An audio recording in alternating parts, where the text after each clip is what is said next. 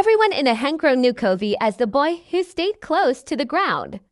He never climbed the tall mango trees, never raced bikes down the dusty paths, and certainly never dared to jump across the narrow stream behind the cocoa farm. Whenever someone asked, he'd just smile and say, "One day." But as we all know, one day can be a very long time away. It often feels safer to just keep our feet firmly on the ground, doesn't it? At the edge of the village stood an old wooden bridge, a relic of a time gone by, broken right in the middle. On the other side lay the hills, a landscape of rolling green, vast and full of whispered stories. Kofi had heard the elders talk about it. They said from the top of those hills, you could see the whole world stretching out before you like a beautiful promise. But to get there, you had to cross the bridge, and that gaping hole in the middle felt like an impossible chasm. It was a symbol of every fear that held him back. One morning, the village woke to the sound of rushing water. A heavy rain had fallen overnight, turning the gentle stream into a roaring current. When Kofi went to his usual spot, he saw that the last safe stepping stone, his one familiar comfort, had been washed away. He just stood there, his heart pounding in his chest like a drum. He had a choice. He could turn back, go home, and nothing would change. Life would be the same. The fear would still be his companion, or he could jump.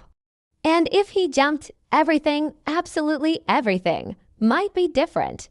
In that moment of indecision, his grandmother's voice echoed in his mind. She had once told him, "Kofi, courage isn't about not being afraid. Everyone feels fear. True courage is choosing not to obey it." Her words settled in his heart, giving him a sliver of strength he didn't know he had. This was his moment, not one day anymore, today. He took a few steps back, took a deep, shaky breath that filled his lungs, and then he ran. He ran towards the gap, towards the fear, towards the unknown. For a single, breathless moment, he was flying. He was suspended in the air, completely weightless, utterly terrified, but more alive than he had ever felt before.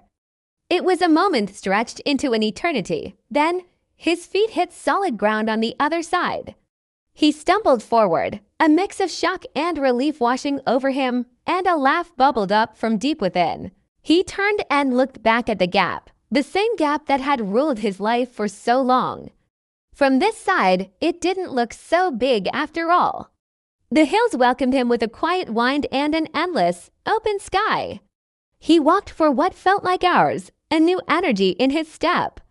When he finally reached the top, he saw it. The village looked so small from up there, and his fear, the one that had felt like a giant, now seemed smaller still.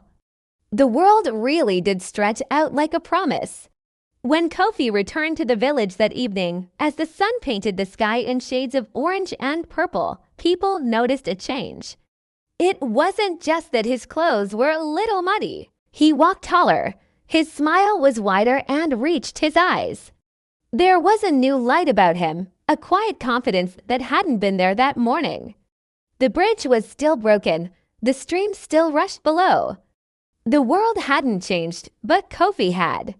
He learned a profound lesson that day, one that I think we can all take with us. Sometimes, the leaps we take don't change the world around us. They change us. They reshape who we are on the inside.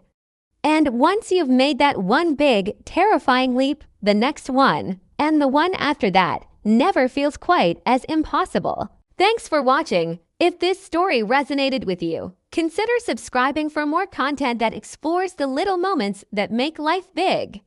See you in the next one.